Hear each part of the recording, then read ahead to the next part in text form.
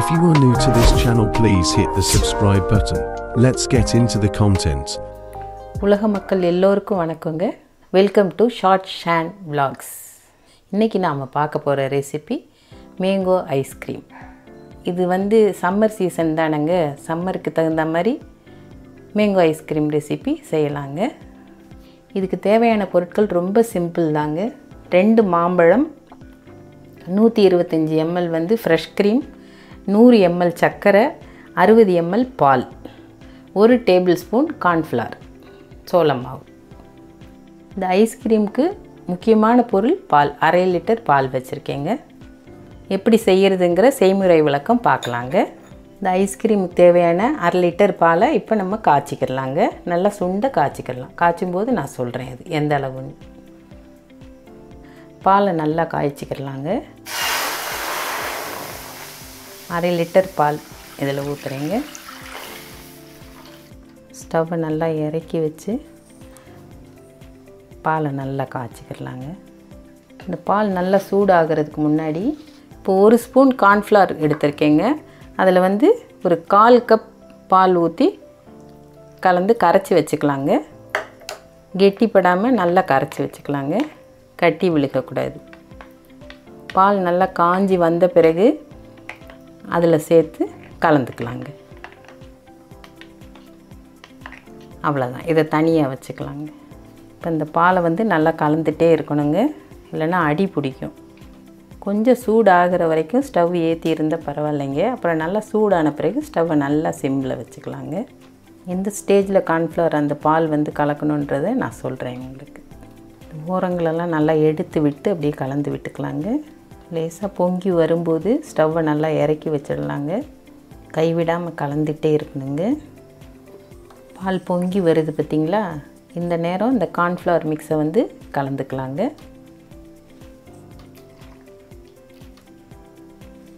இது நல்லா ஒரு கெட்டித்தன்மை வர்ற வரைக்கும் கலந்து விட்டுக்கலாங்க. பால் பாருங்கள் இந்த அளவு கெட்டித்தன்மையாக இருக்குங்க. இப்போ 100 கிராம் சர்க்கரை ஆட் பண்ணிக்கலாங்க. சர்க்கரை ஆட் பண்ணதுனால மறுபடியும் கொஞ்சம் தண்ணி ஆகும். பால் தண்ணி ஆகிட்டு மறுபடியும் கெட்டி ஆகுங்க. அது வரைக்கும் நம்ம கலந்துகிட்டே இருக்கணும். இந்த ஐஸ்கிரீமில் மட்டும் இந்த பால் கொஞ்சம் கெட்டி ஆகிற வரைக்கும் கிண்டிகிட்டே இருக்கிறது தாங்க வேலை. மற்றபடி வேலையெல்லாம் அதிகம் இல்லைங்க. ஈஸி தான் ஐஸ்கிரீம் செய்கிறது. பாருங்கள் சர்க்கரை போட்டோன்னே எப்படி மெல்ட் ஆகுது பாருங்கள் பால்.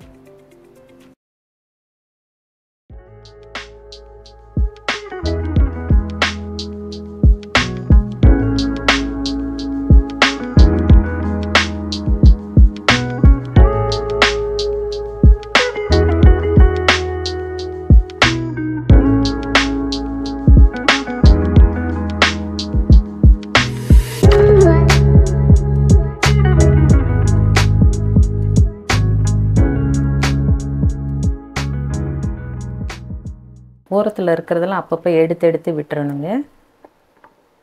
எடுத்து இப்படி விட்டுட்டு அடியில் ஃபுல்லாக கலந்துகிட்டே இருக்கணும். இல்லைன்னா அடி பிடிச்சிருங்க. இன்னும் கொஞ்சம் நேரம் கலந்து விட்டால் போதுங்க. பாருங்கள் பாலோட கன்சிஸ்டன்சி எப்படி இருக்குன்னு.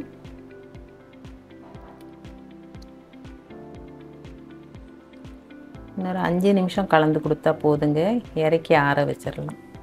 அடுத்த ப்ராசஸ் என்ன அப்படிங்கிறத நான் சொல்கிறேங்க. அவ்வளவுதாங்க. இந்த பதம் வந்த உடனே பாலை இறக்கி ஆற வச்சிடலாங்க. ஆற வச்சுட்டு அடுத்த ப்ராசஸ் என்னன்னு நான் செய்து காட்டுறேங்க. இப்போ ஸ்டவ் ஆஃப் பண்ணிடலாம்.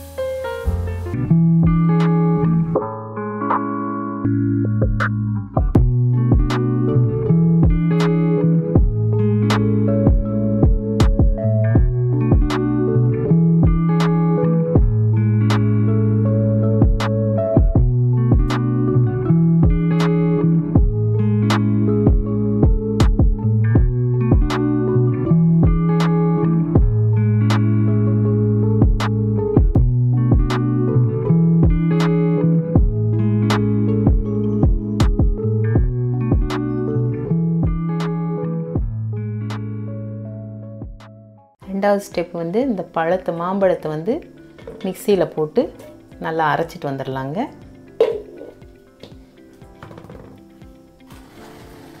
அரைச்சி எடுத்துகிட்டு வரேங்க.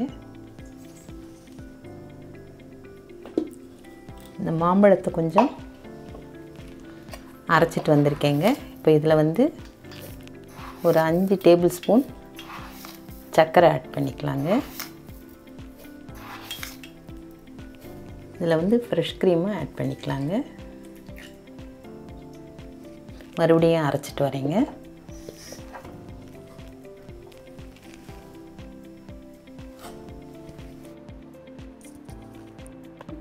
இப்போ மாம்பழமும் ஃப்ரெஷ் க்ரீமும் சேர்த்து நாம் அரைச்சிருக்கோங்க. இப்போ வந்து பாலில் நாம் வந்து சுண்ட வச்சோம் இல்லைங்களா, பாலும் கார்ன்ஃப்ளவரும் சேர்ந்த மிக்ஸ் இது நல்லா ஆறிடுச்சுங்க. இதை வந்து இதோடு சேர்த்துக்கலாம். இதோடு சேர்த்து மறுபடியும் மிக்சியில் நல்லா அரைச்சிட்டு வந்துடலாங்க. பால் எவ்வளோ கெட்டி ஆயிடுச்சு பாருங்கள். இதில் கொஞ்சம் வெனிலா எசன்ஸ் சேர்த்துக்கலாங்க. ஃபியூ ட்ராப்ஸ், ஒரு 1/4 டீஸ்பூன் வெனிலா எசன்ஸ் சேர்த்துருக்கேங்க. இது மறுபடியும் மிக்சியில் ஒன்றா சேர்த்து அரைச்சிட்டு வந்துடலாங்க. அரைச்சிட்டு வந்து உங்களுக்கு காட்டுறேங்க.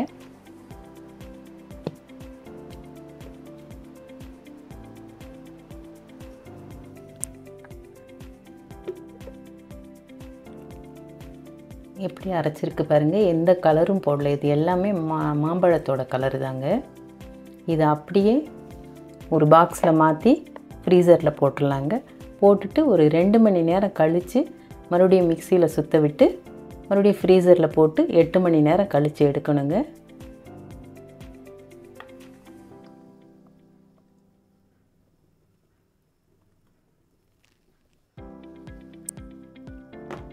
நல்லா இப்படி ஒரு டேப் பண்ணிக்கலாங்க. சமப்படுத்திட்டு க்ளோஸ் பண்ணிடலாம்.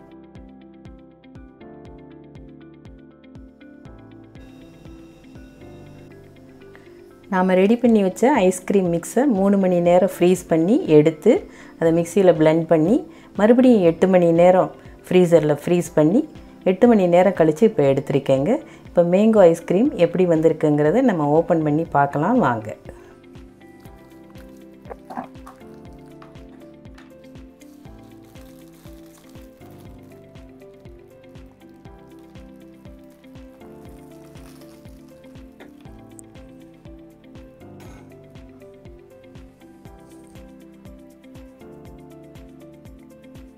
அருமையாக வந்திருக்குங்க. பாருங்கள் பாருங்கள், எடுக்கிறதுக்கு எப்படி மெல்ட்டிங்காக வருதுன்னு. நல்லா அருமையாக வந்திருக்குங்க. இப்போ நான் உங்களுக்கு ஒரு ஸ்கூப் எடுத்து காட்டுறேங்க.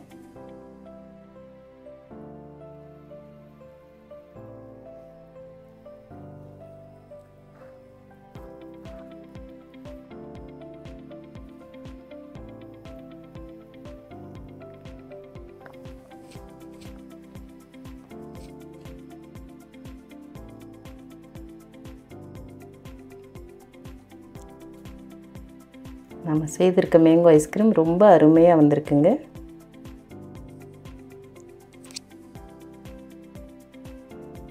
பாருங்கள், கலர் எதுவுமே ஆர்டிஃபிஷியல் கலர் எதுவுமே போடலைங்க. நம்ம போட்டிருக்க மேங்கோவோட கலர் தாங்க இது. இன்னொரு ஸ்கூப் கூட உங்களுக்கு எடுத்து காட்டுறேன்.